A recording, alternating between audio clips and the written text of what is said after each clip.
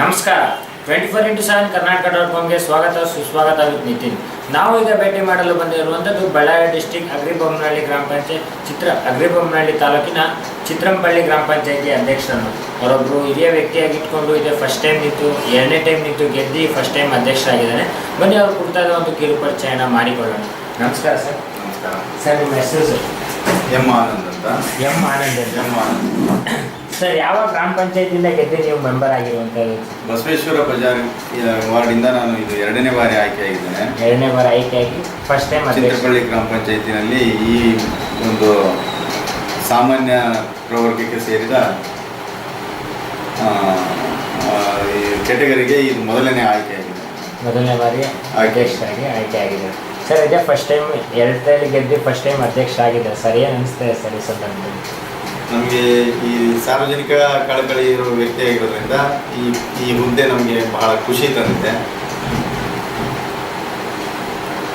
ಸಾರ್ವಜನಿಕವಾಗಿ ನಾನು ಕೆಲಸ ಮಾಡೋದಕ್ಕೆ ಇಷ್ಟಪಡೋದ್ರಿಂದ ಈ ಹುದ್ದೆನಲ್ಲಿ ನನಗೆ ತೃಪ್ತಿ ಇದೆ. ಸರ್, ಈಗ ಸರಿಯಾದ 2 ಬಾರಿ ಈಗ ಮೆಂಬರ್ ಆಗಿದ್ದೀರ ಸರ್. ಆಲ್ಮೋಸ್ಟ್ ಅಲ್ಲಿ 10 ವರ್ಷಗಳ ಈ ಪಂಚಾಯತಿಯಲ್ಲಿ ಸೇವೆಯನ್ನು ಸಲ್ಲಿಸ್ತಾ ಬರ್ತಾ ಇದ್ದಾರೆ ಸರ್. ಈ ಸತಿ ಗೆದ್ದಂಥ ಸಂದರ್ಭದಲ್ಲಿ ನಿಮ್ಮ ಲೀಡಿಂಗ್ ವೋಟ್ ಏನಿತ್ತು ಸರ್?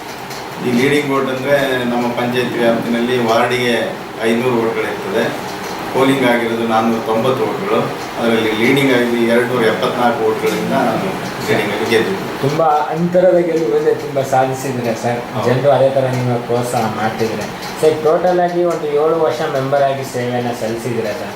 ಈ ಅವಧಿಯಲ್ಲಿ ಸರ್ ನಿಮ್ಮ ವಾರ್ಡ್ನಲ್ಲಿ ಆಗ್ಬೋದು ಇಲ್ಲ ನಿಮ್ಮ ಗ್ರಾಮ ವ್ಯಾಪ್ತಿಯಲ್ಲಿ ಸರ್ ಏನು ಅಭಿವೃದ್ಧಿ ಕೆಲಸ ಕಾರ್ಯಗಳಾಗಿದೆ ನಿಮ್ಮ ಕಡೆ? ನಮ್ಮ ವಾರ್ಡಿನಲ್ಲಿ ಡ್ರೈನೇಜ್ ಅಭಿವೃದ್ಧಿಪಡಿಸಿದ್ದೇನೆ, ಅರಣ್ಯೀಕರಣ ಮಾಡಿದ್ದೇವೆ, CC ರಸ್ತೆ, ಕಾಂಕ್ರೀಟ್ ರಸ್ತೆಗಳನ್ನು ಅಭಿವೃದ್ಧಿಪಡಿಸ್ತಾ ಇದ್ದೀವಿ. ವಾರ್ಡ್ ಅಲ್ಲದೆ ನಾನು ಅಧ್ಯಕ್ಷರಾಗಿರೋದ್ರಿಂದ ಎಲ್ಲ ವಾರ್ಡಿನ ಒಂದು ಪ್ರಾಮುಖ್ಯತೆಯೂ ಮುಖ್ಯ. ಆದ್ದರಿಂದ ಸ್ವಚ್ಛತೆಯ ಬಗ್ಗೆ, ನಿರ್ಮಲ ಶೌಚಾಲಯಗಳ ಬಗ್ಗೆ ಮತ್ತು ಕುಡಿಯುವ ನೀರಿನ ಬಗ್ಗೆ ನನಗೆ ತುಂಬ ಕಳಕಳಿದೆ. ಎಸ್ಪೆಷಲಿ ಕುಡಿಯುವ ನೀರಿನ ಆದ್ಯತೆ ಜಾಸ್ತಿ ಕೊಟ್ಟು ಗ್ರಾಮದಲ್ಲಿ ಪ್ರತಿ ವರ್ಷ ನೀರಿಗಾಗಿ ಹಾಹಾಕಾರ ಇರ್ತಾಯಿತ್ತು. ಈ ನಾನು ಬಂದ ಮೇಲಿಂದ ಹಾಹಾಕಾರ ತಪ್ಪಿಸಿ ನಾನು ಕಾರ್ಯಪ್ರವೃತ್ತವಾಗಿ ಕೆಲಸ ಮಾಡ್ತೇನೆ. ಸೊ ಮೂಲಭೂತ ಸೌಕರ್ಯಗಳಿಗೆ ಹೆಚ್ಚಿನ ಆದ್ಯತೆಯನ್ನು ಕೊಡ್ತಾ ಇದ್ದೀರಲ್ಲ.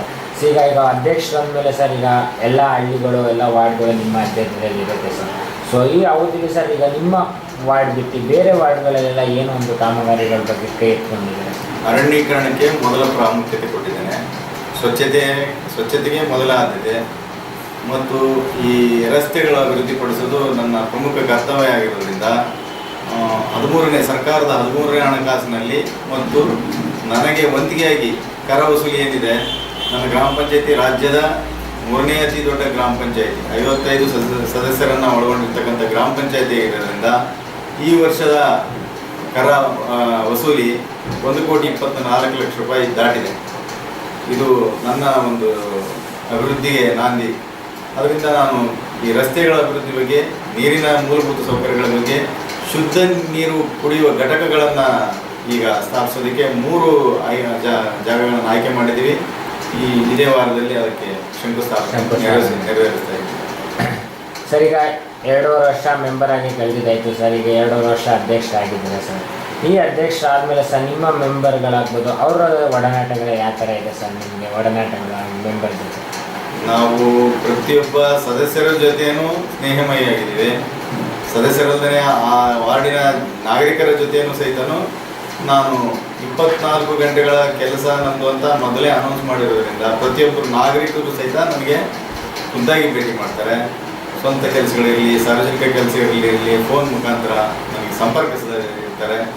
ನಾನು ಯಾವತ್ತೂ ಈ ಕೆಲಸದಲ್ಲಿ ನಾನು ಪ್ರವೃತ್ತನಾಗಿರೋದ್ರಿಂದ ನನಗೆ ಯಾವುದೇ ಆತಂಕ ಇಲ್ಲ. ಯಾವ ಕೆಲಸ ಬಂದರೂ ನಾನು ಫೇಸ್ ಮಾಡ್ಕೊತಾ ಬಂದಿದ್ದೀರಾ ಸರ್. ಇನ್ನೂ 1 ವರ್ಷ ಅವಧಿ ಇದೆ ಸರ್. ಇನ್ನೂ 1 ವರ್ಷ ಅವಧಿಯಲ್ಲಿ ಸರ್ ನಿಮ್ಮ ಪಂಚಾಯಿತಿಯಲ್ಲಿ ಇನ್ನೂ ಏನು ಹೆಚ್ಚಿನ ನಾನು ಮೆಂಬರ್ ಆಗಿದ್ದೀನಿ ಸತತವಾಗಿ ಇಂಥ ಒಂದು ಕೆಲಸ ಮಾಡಲೇಬೇಕು ಅಂತ ಯಾರು ಕನಸು ಕಂಡಿರೋದಂತೆ ಸರ್? ನನಗೆ ಪ್ರಮುಖವಾಗಿ ಈ ನೀರಿನ ಸಮಸ್ಯೆ, ಕುಡಿಯುವ ನೀರು ಪ್ಲಸ್ ಶುದ್ಧ ನೀರು, ನಿರ್ಮಲ ಶೌಚಾಲಯಗಳನ್ನು ಅಭಿವೃದ್ಧಿಪಡಿಸೋದು. ನಾನು ಜಿಲ್ಲೆಯಲ್ಲಿಯೇ ಪ್ರಥಮ ಸ್ಥಾನ ಪಡಿಬೇಕು ಅಂತ ಹೋರಾಟ ಮಾಡ್ತಾ ಇದ್ದೀನಿ. ಆದ್ದರಿಂದ ಸ್ವಚ್ಛತಾ ಸಪ್ತಾಹದಲ್ಲಿ ನಾನು ಹೆಚ್ಚಿಗೆ ಪಾಲ್ಗೊಳ್ತಾ ಇದ್ದೀನಿ.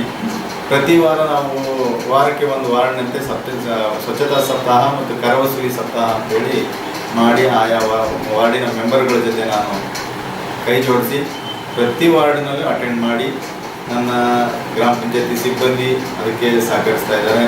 ಗ್ರಾಮ ಪಂಚಾಯತಿಯ ಸದಸ್ಯರು ಮತ್ತು ನಾಗರಿಕರು ಎಲ್ಲರನ್ನೂ ಒಮ್ಮತ ಅಭಿಪ್ರಾಯ ತೆಗೆದುಕೊಂಡು ನಾನು ವರ್ಕ್ ಮಾಡ್ತಾ ಇದ್ದೀನಿ.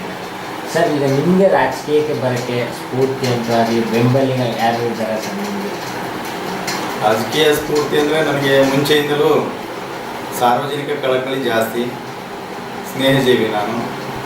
ನನಗೆ ಒಂಟಿಯಾಗಿರೋಕ್ಕಾಗಿಲ್ಲ. ಹಾಗಾಗಿ ನಾನು ಪ್ರಮುಖವಾಗಿ ವಾಣಿಜ್ಯ ಇಷ್ಟಪಟ್ಟವನು. ರಾಜಕೀಯ ನನಗೆ ಆಕರ್ಷಣೆ ಆಯಿತು.